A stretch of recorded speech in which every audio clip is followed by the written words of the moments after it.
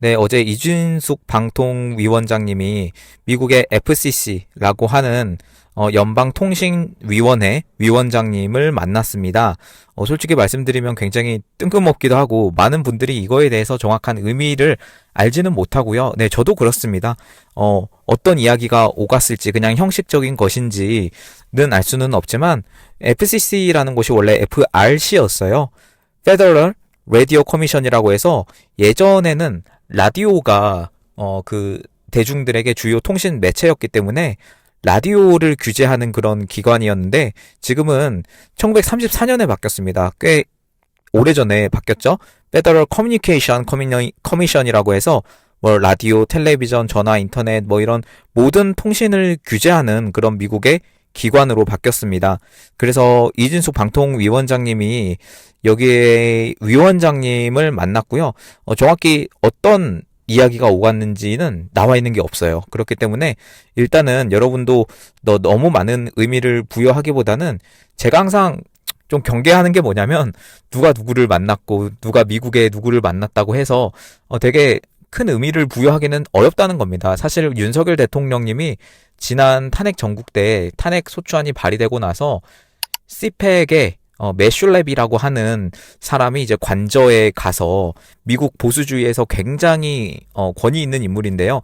이 사람이 직접 관저에 캐딜락에 나온 그런 사진도 찍혔고 그런 걸 보면서 분명히 무슨 이야기가 있긴 있었을 거다라고 그 정도는 예상은 할 수 있지만 어떤 이야기가 오갔는지는 정확히 알 수 없다는 거죠. 그래서 이진숙 위원장님도 그냥 형식적인 걸 수도 있지만 아무튼 만났다라고만 전해드릴 수가 있을 것 같습니다. 방통위 같은 경우는 참 중요한 기관이죠. 지금 언론이 뭐 말도 안 되는 지금 행태를 보이고 있기 때문에 지금 우파 언론이 많이 없습니다. 솔직히 말씀드리면. 그렇고 뭐 미국 쪽에서도 대부분 좌파 언론이고 뭐 폭스뉴스나 에포크타임즈 이 정도로만 좀 대변이 되는 우파 언론이 있는데 한국 언론들이 이 폭스뉴스 글을 가져다 쓴다기보단 대부분 주력 언론이 좌파 언론입니다. 그렇기 때문에 한국 언론도 이제 좀 작용화가 되는 그런 경향이 좀 있는 것 같아요. 그 부분이 굉장히 아쉽고요. 참 방통위원장 이진숙 이분도 탄핵이 기각이 돼서 돌아오셨지만 진짜 힘드셨을 겁니다. 힘드셨을 건데 아무튼 간에 이 이진숙 방통위원장님이 좀 제대로 된 앞으로도 언론에 있어서 조치를 좀 취해주면 좋겠지만 사실 굉장히 그 반대 세력이 거세기 때문에 쉽지는 않을 것으로 보입니다. 그렇기 때문에 이 우파 유튜브들과 이런 생태계를 좀 지켜주시면 너무나 좋을 것 같고요. 네. 또한 어제 나온 소식이 있는데요. 참 우리가 봐도 이상한 소식들이 정말 많이 나옵니다. 그게 뭐냐면 필리핀에서 지금 총선을 앞두고 있어요. 국회의원을 뽑는 총선을 앞두고 있는데 거기에서 선관위를 도청을 시도한 그런 혐의가 있는 사람을 체포했는데 그 사람의 국적이 어디냐냐 했을 때 바로 중국이었다는 겁니다, 여러분. 필리핀 총선을 앞두고 선관위 주변에서 도청을 시도했던 중국인이 체포가 됐습니다. 참 이상합니다. 왜 다른 나라의 선거, 그것도 대선이 아닌 총선에서 선관위 주변을 도청을 하려고 하는 시도가 있는지, 심지어 그 도청을 시도하려고 한 사람의 국적이 중국인지, 그리고 왜 필리핀뿐만이 아니라 이러한 비슷한 사례가 많이 일어나는데 그 국적은 왜 다 똑같은지, 여러분 너무 이상하지 않습니까? 이런 걸 가지고 수사를 제대로 해야 되는데 정말 어이가 없는 거는 이러한 내용을 보고 이상하다고 생각하지 않는 게 더 제가 볼 땐 이상한 것 같아요. 아니 전 세계에서 이런 일이 일어나고 있는데 지금 우리가 행진을 할 때 만나는 일명 NPC들은 도대체 이걸 보고 어떤 생각이 있을까? 왜 그 나라 국적에 사람이 다른 나라 총선을 앞두고 있는 선거관리위원회에 주변을 도청하려고 하는지 이걸 보고 이상한 생각이 안 드는 게 저는 더 이해가 안 가거든요. 여러분 그리고 필리핀인데 필리핀보다 국제사회에서 더 중요하고 지정학적으로 중요하고 경제적으로 중요하고 정치적으로 중요한 나라가 바로 대한민국 아니겠습니까? 어찌 보면 지금은 일본보다 더 중요한 게 바로 대한민국이죠. 대만보다 훨씬 중요한 게 대한민국입니다. 그런데 우리나라에서는 이런 시도가 없었을까? 라고 했을 때는 너무나 논리적이고 상식적으로 시도가 있었을 거라고 누가 봐도 보이거든요. 그런데 이런 거에 대해서 중요하게 보도를 안 하고 그냥 넘어가고, 그리고 봐도 아무 생각도 없는 사람들에 대해서는 정말 솔직히 말씀드리면 이제 화가 날 정도입니다. 화가 날 정도. 정말 윤석열 대통령님이 주장하신 어떤 선거에 대한 걸 바로잡는 그런 조치가 정말 빨리 일어났으면 좋겠지만 쉽지 않은 것도 사실이고요. 네, 그렇습니다. 며칠 전에 아시는 분은 아시겠지만 그 중국 남부에 스촨성이라는 곳이 있습니다. 예전에 지진이 한번 크게 난 곳이 있는데 거기에 청두라는 곳이 있는데 거기 고가도로에 중국은 민주주의로 가야 한다라고 하면서 현수막을 엄청 길게 이렇게 붙여놨던 그런 청년이 있었어요. 이게 청년이 붙였대요. 20대 청년인데 참 나라를 바꾸는 건 우리나라도 그렇고 지금 청년들이 많이 나오고 있는 것 같습니다. 제가 뭐 중국인이라고 해서 무조건 싫어하거나 그런 건 아닌데 이런 분들은 진짜 존경을 합니다. 우리나라에서 일어나는 어떤 그 운동보다 훨씬 더 부담이 크고 그럴 거란 말이죠. 그런데 이 메이스린이라는 사람인데 이 사람의 신상이 막 퍼지고요. SNS에서, 중국 SNS에서요. 막 이렇게 퍼지면서 갑자기 무서운 게 뭐냐면 이 청년의 행방이 묘연해졌다고 합니다. 이 현수막의 내용은요. 체제 개혁 없이 민족의 부흥은 없다. 무제한 권력을 가진 정당은 인민에게 필요하지 않다. 중국은 방향을 제시할 자가 필요가 없으며 민주주의가 그 방향이다 라고 적힌 현수막이 걸렸었어요. RFA라고 하는 언론이 이 소식통을 인용을 해서 이 현수막을 제작해서 내건 사람이 이제 1998년생입니다. 20대 청년이죠. 굉장히 젊은 청년인데 이 사람이 청두의 한 IT 기업에서 근무를 하다가 그 노동 분쟁 비슷한 걸 겪어가지고 당국에 이런 억울함을 호소를 했으나 무시한 것으로 알려졌다고 합니다. 그래서 사전에 이 지인에게 1년 동안 이 현수막을 거는 거를 준비를 했대요. 참 우리나라는 그냥 사실 그냥 걸면 되잖아요. 그런데 이 나라는 또 그렇지 않기 때문에 이 내용이 널리 확산되기를 바랬고 이 결국 우리나라도 알았고 전 세계가 알게 된 그런 상황이죠. 그런데 이 남성이 이 현수막을 걸고 난 직후에 뭐 구금된 것으로 보인다고 전해진다고 합니다. 그러나 실제 구금이 됐는지, 뭐 구금이 됐다면 어디에 있는지, 어떤 상태인지 정확히 알 수조차 없고 지금 중국 당국이 뭐 국가 전복 선동 혐의 또는 뭐 소란 유발 혐의 뭐 이런 거를 적용해서 아마 구금을 했지 않을까라고 그렇게 생각을 하고 있습니다. 휴먼 라이츠 워치라고 하는 HRW라는 곳이 있어요. 여기가 인권 단체인데 즉시 메이스린의 소재를 공개할 것을 촉구하면서 중국 당국을 비판을 했다고 합니다. 그러나 여러분 거기에 그래요. 우리가 이 인권을 위해서 이 사람의 소재를 공개하겠습니다 하고 공개할 그 당이 아니죠. 여러분 인민 그쪽이 그 당이 아닙니다. 여러분 이거 아시면 지금 뭐 중국의 연예인들 같은 경우도 체제를 비판했다가 완전히 막 행방이 묘연해졌다가 몇 년 뒤에 나타나서 갑자기 막 중국 그 체제를 막 찬양하고 막 그런 사례가 있어요. 도대체 어떤 식으로 그 세뇌를 시키고 교육을 시키는지 알 수가 없지만 여러분 이렇게 무서운 겁니다.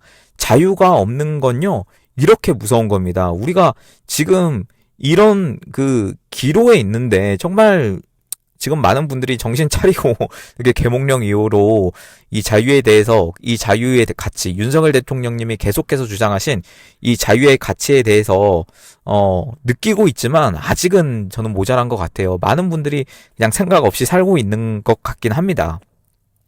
지금 트럼프 대통령이 부과한 145% 관세에 의해서 지금 중국이 어떤 피해를 보고 있는지에 대한 그런 연구까지는 아니고 어떤 상황이 현상이 나타나고 있는데요. 4월에 제조업 PMI가 굉장히 뚝 떨어졌다고 합니다. 중국이 세계의 공장이죠. 뭐 인정하긴 싫지만 세계의 공장입니다. 근데 세계의 공장이라는 중국의 PMI가 굉장히 하락했다는 거가 어떻게 보면 이 관세의 영향으로서 볼 수 있는데요. PMI라는 거는 구매 관리자 지수라고 합니다.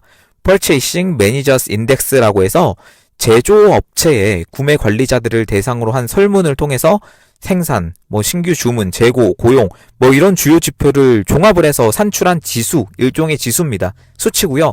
이 PMI가 50을 넘으면 경기가 확장이 되고 있고, 50 미만이면 경기가 쪼그라들고 있고, 이런 것을 의미를 합니다. 그리고 대부분 PMI는 50을 넘어요. 모든 국가가 대부분 마이너스 성장은 아니기 때문에. 그런데 이번에 관세 부과 이후로 약 몇 주 만에, 약 한 달도 안 됐죠? 약 몇 주 만에 PMI가 50 밑으로, 중국의 4월 PMI가 50 밑으로 떨어졌다고 합니다. 이 하락의 의미가 여러 가지가 있는데요. 먼저 수출 주문이 급감했다라는 거가 있습니다. 미국의 고율 관세로 인해서 신규 수출 주문이 2022년 이후로 최저 수준으로 떨어졌습니다. 2022년은 우리가 아시겠지만 정말 큰 일이 있었죠. 전 세계적으로. 그때는 그렇다고 치고 지금은 완전히 그 이후로 최저 수준으로 떨어졌고요. 그리고 두 번째로 생산 및 고용 감소가 있습니다. 생산과 신규 주문 지수가 각각 49.8 그리고 49.2로 하락을 했어요. 기업들이 생산을 줄이고 있다는 뜻입니다. 고용을 축소하고 있다는 뜻이에요. 왜? 아무리 생산을 하고 고용을 해도 중국의 제1 시장은 제1의 고객은 바로 미국입니다. 미국 여러분 가보신 분 아시겠지만 대부분이 중국산이에요. 정말 우리나라보다 더 심각합니다. 우리나라에 많은 어떤 그런 값싼 어떤 생활용품이나 그런 것들이 있죠. 중국산 제품들. 근데 미국은 더 심해요.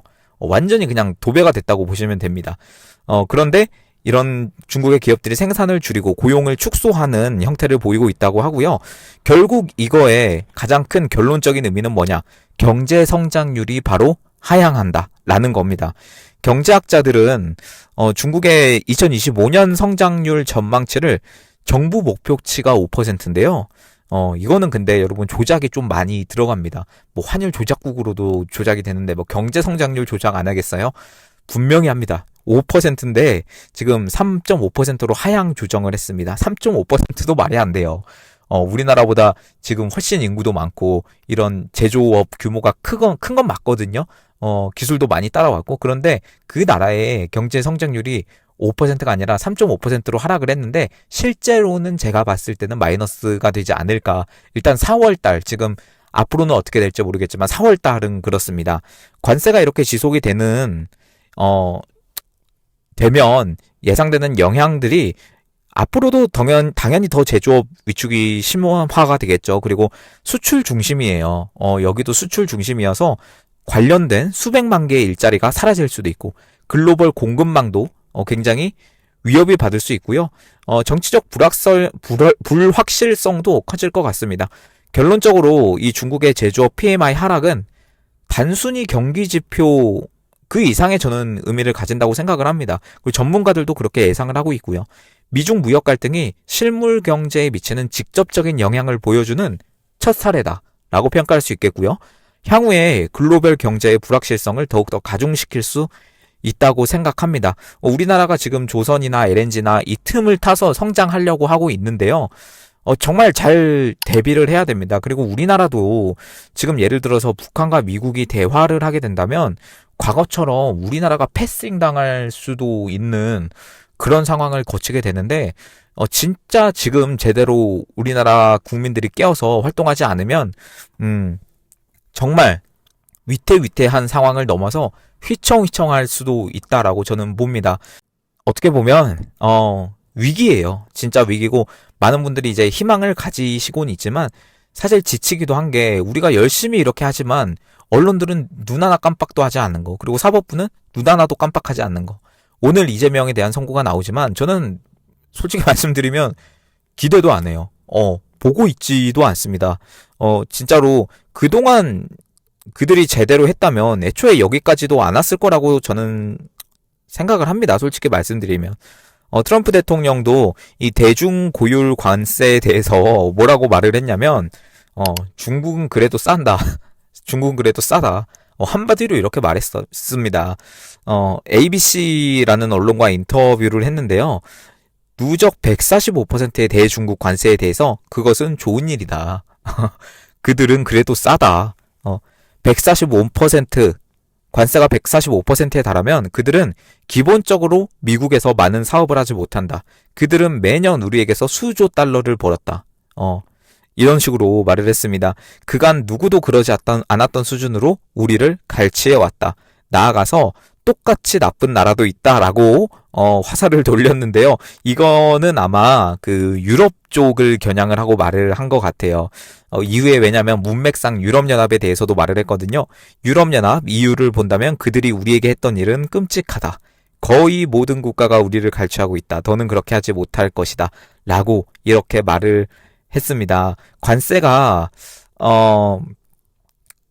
미국 내에서 물가 상승을 일으킬 수 있느냐라는 질문에는 그렇지는 않을 것이다 라고 말했고, 왜냐면 임기 초반에도 임기 초반이 아니고 일기 때 지난 임기 때도 아주 막대한 관세를 매긴 적이 있었거든요. 근데 그때도 인플레이션은 없었습니다. 경제학자들은 미국의 경제가 더 힘들 것이다 라고 말을 했는데, 사실 저는 경제학자들보다 어떻게 보면 사업가로서, 그리고 한 나라를 운영을 해봤고 주변에 얼마나 많은 그런 관료들, 똑똑한 관료들이 있겠습니까? 그래서 트럼프 대통령이 어찌 보면 경제학자들보다 더 경제를 잘한다라고 말을 하고 싶어요. 진짜 그런 것 같고, 심지어 참 아이러니한 게 뭐냐면 트럼프가 대중 무역 관세를 이렇게 막대하게 매기고 진짜로 무역 갈등을 일으키고 있죠. 네, 무역 갈등을 일으키고 있습니다. 그건 사실입니다. 왜?